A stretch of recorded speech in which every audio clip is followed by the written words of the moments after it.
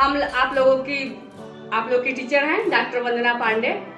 आप लोग बीए प्रथम वर्ष में एडमिशन लिए हैं, तो आप लोग हमसे अभी परिचित नहीं हैं क्योंकि इस समय कोरोना काल चल रहा है और कोरोना काल में हम आमने सामने नहीं आ पा रहे हैं, तो इसलिए आप सब हमारा परिचय जान लें। आइए आज हम आप लोगों को एक टॉपिक लेकर के आए हैं आप लोगों के लिए, समाज। आइए जानते हैं कि समाज है क्या। हाय स्टूडेंट्स, आज आप लोग के लिए हम टॉपिक लेकर के आए हैं कि समाज क्या है।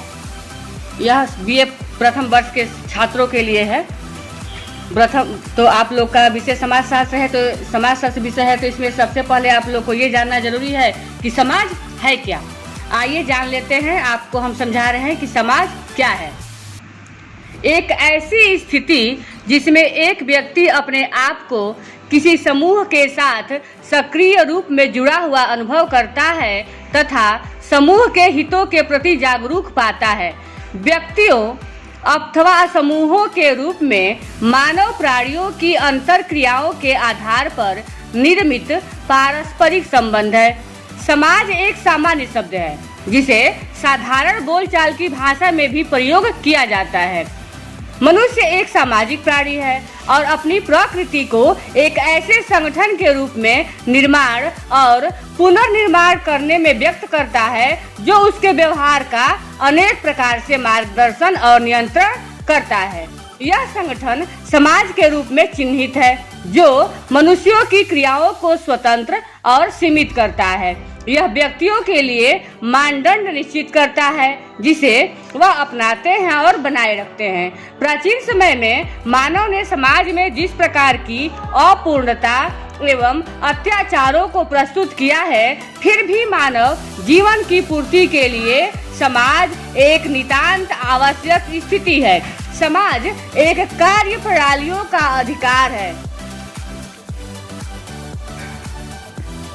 समाज एक नितांत आवश्यक स्थिति है।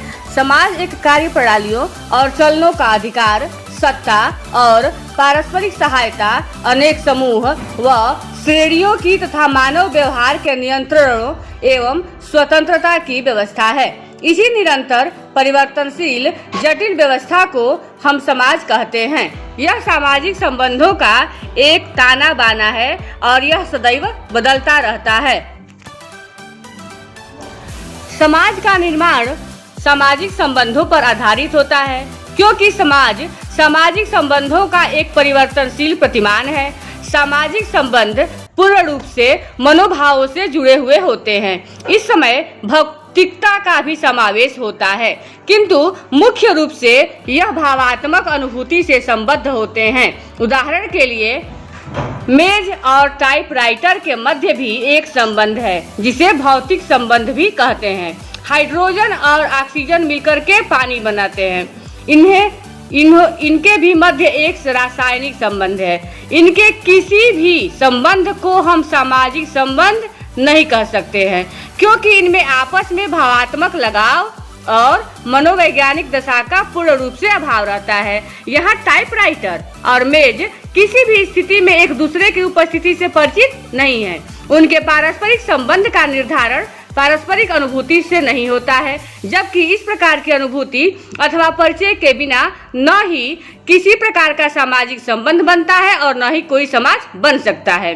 अतः समाज वही है जहाँ पर सामाजिक प्राणी एक दूसरे से ऐसा व्यवहार करते हैं जिसका निर्धारण एक दूसरे की प्रतीति अथवा जानकारी से होता है। इस प्रकार से निर्धारित समाज लगभग सभी समाजों को हम सामाजिक कहते हैं। समाज केवल मानव प्राणियों में ही नहीं पाया जाता।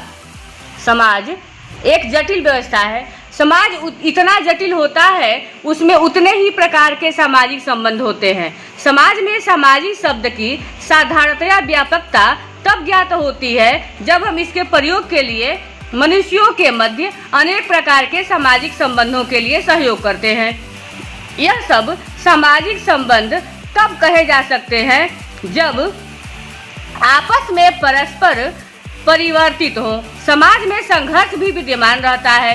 यह केवल प्रेम और एकता पर ही आधारित नहीं होता है, जैसे दो देशों के सेनाओं के मध्य संबंध पाया जाता है, और यह भी एक प्रकार का सामाजिक संबंध है। किंतु अधिकांश सामाजिक संबंधों के मध्य एक ऐसा सिद्धांत निहित रहता है जो विद्वेष और संघर्ष को अस्वीकार करता है।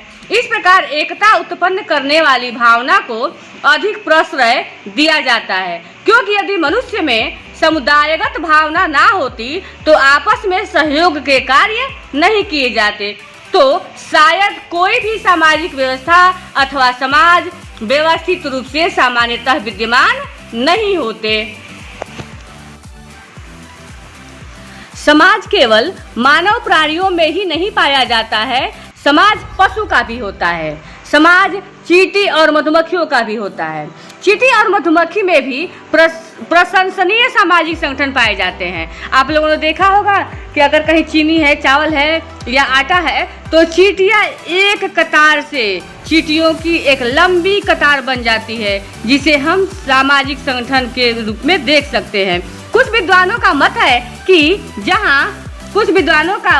कि जहाँ कहीं भी जीवन है वहाँ समाज आवश्यक है, क्योंकि जीवन का अर्थ वंशानुसंक्रमण है, और यह ज्ञात है कि दूसरे जीवों की उपस्थिति से ही जीवन की उत्पत्ति हो सकती है। इस प्रकार समाज में समानता और भिन्नता भी पाया जाता है, किंतु समाज में जो भिन्नता पाई जाती है वह समानता के अधीन होती है।